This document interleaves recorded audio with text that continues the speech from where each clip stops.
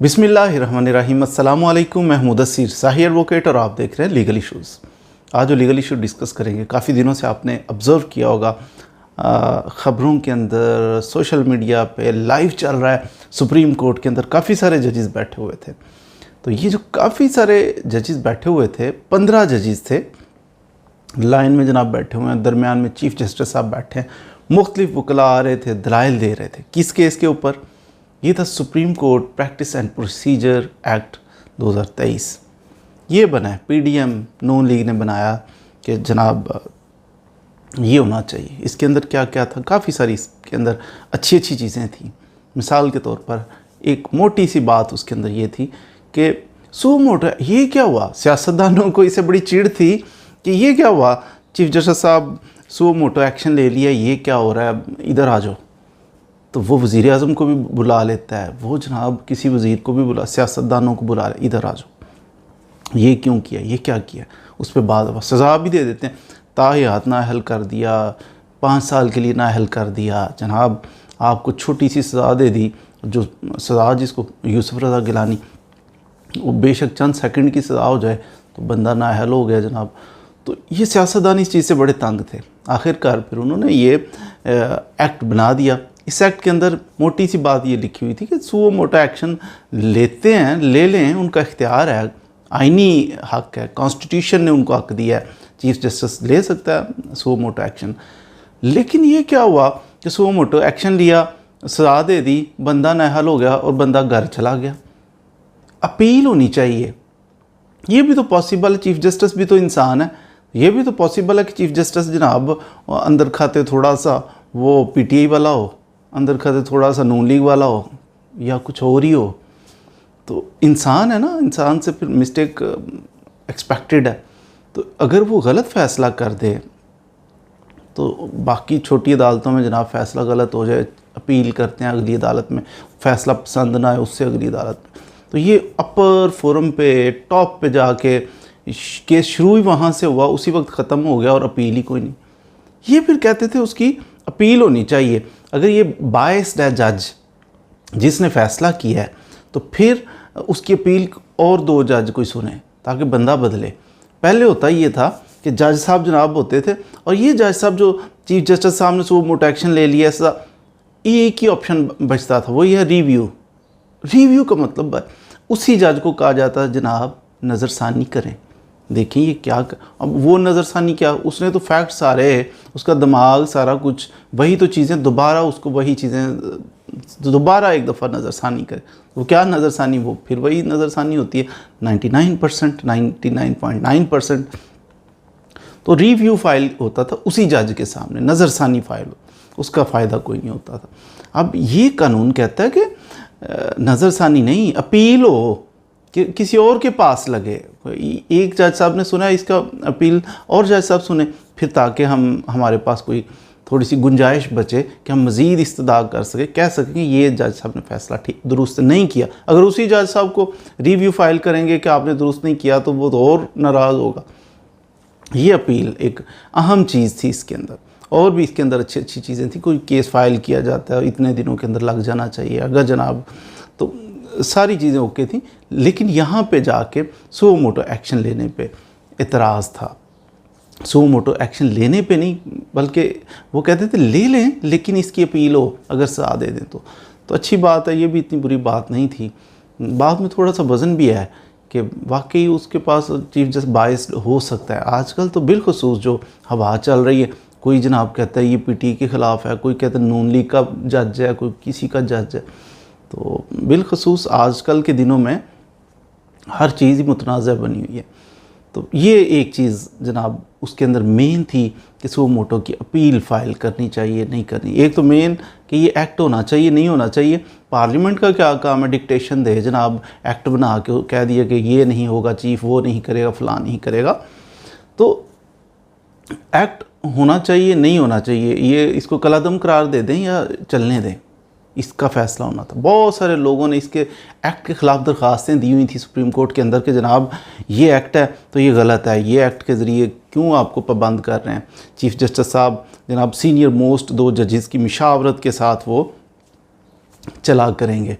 Independence थोड़ी सी उनकी कम करके तो 2 सीनियर मोस्ट जजों को भी मशावरत में लिया करेंगे, फिर उसके बाद आगे बेंच बना दिया, ये कर दिया, वो कर दिया, केस मार कर दी, तो कुछ ना कुछ मशावरत कर लिया करेंगे। ये भी खुश आए तो और अच्छी बात थी कि डिवीजन ऑफ पावर थोड़ी सी नज़र आ रही थी इसमें। बहरहाल सबसे पहला जो फ़ैसला इन्होंने किया, जजेज़ ने जो 15 बैठे हुए थे वो सारी दरख्वास्त उन्होंने ख़ारिज कर दी। उन्होंने कहा ये दरख्वास्तें जनाब ख़ारिज करते हैं, इस ऑब्ज़र्वेशन के साथ कि ये जो एक्ट बना है ये ठीक है, एक्ट को वैलिड करार दे दिया। लेकिन उसमें डिसएग्रीमेंट भी था।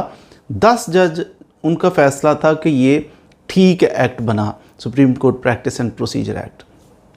5 जज डिसएग्री कर रहे थे कि नहीं ऐसा नहीं होना चाहिए, ये पार्लियामेंट का काम नहीं है कि वो हमारे ऊपर हमें बताए कि हमने क्या करना है। कॉन्स्टिट्यूशनल कोई अमेंडमेंट हो तो वो अलग बात है, लेकिन ये मुनासिब नहीं है। 5 जज इससे इख्तलाफ कर रहे थे, लेकिन मेजॉरिटी, क्योंकि 10 जज कह रहे थे कि जी ये ठीक है, डिवीजन ऑफ पावर, बातें अच्छी हैं सारी, एक्ट के अंदर चलने दें, तो वो मेजॉरिटी की बात माननी जाएगी। फिर इस एक्ट को कल उन्होंने वैलिड करार दे दिया।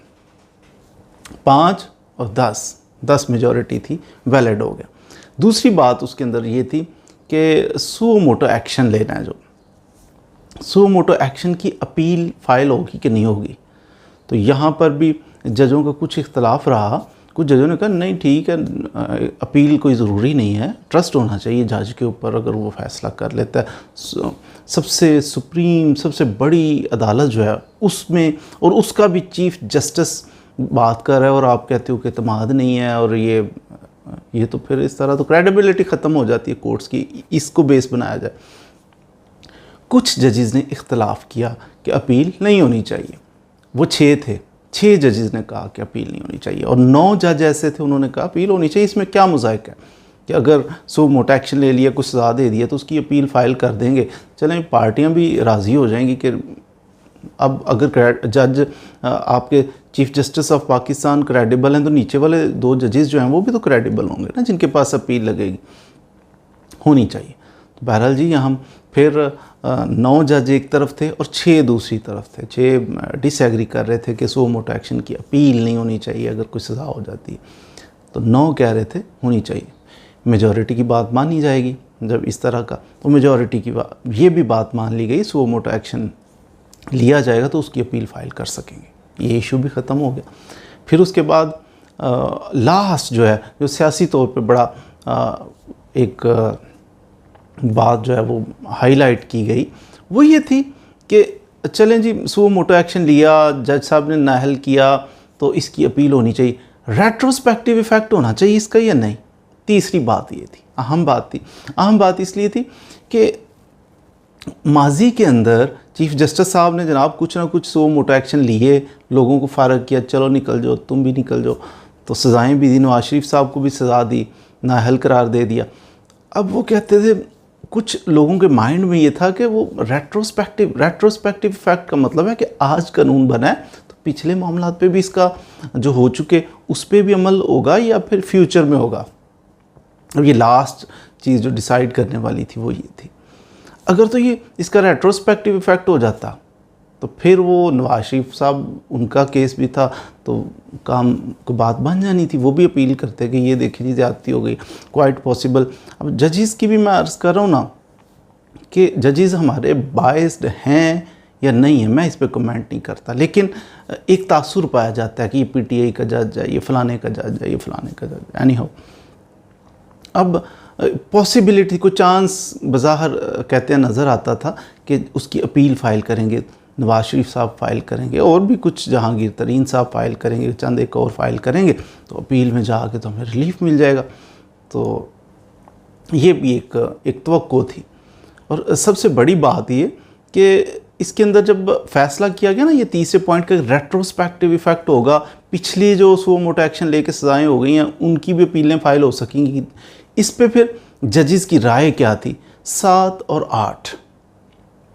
7 जजेस ने कहा कि रेट्रोस्पेक्टिव इफ़ेक्ट इसका होना चाहिए, और 8 जजेस ने कहा कि रेट्रोस्पेक्टिव इफ़ेक्ट नहीं होना चाहिए, पीछे जो हो चुका हो चुका, अब आज से फ्यूचर में इम्प्लीमेंट होगा ये लॉ कि सो मोटो एक्शन की अपील होगी, पीछे जो और सबसे बड़ी बात इसके अंदर ये थी, अब नवाज शरीफ साहब और दीगर वो सारे तो गए ना, उनके जो भी होना था हो गया, अब उनकी अपीलें तो फाइल नहीं होंगी, बात ख़त्म।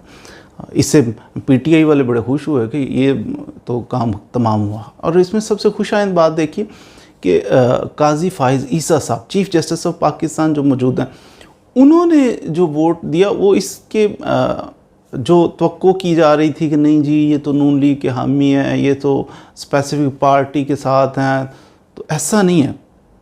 काजी फाइज़ ईसा साहब ने भी यही वोट दिया अपना, यही राय दी अपनी कि रेट्रोस्पेक्टिव इफ़ेक्ट नहीं होना चाहिए।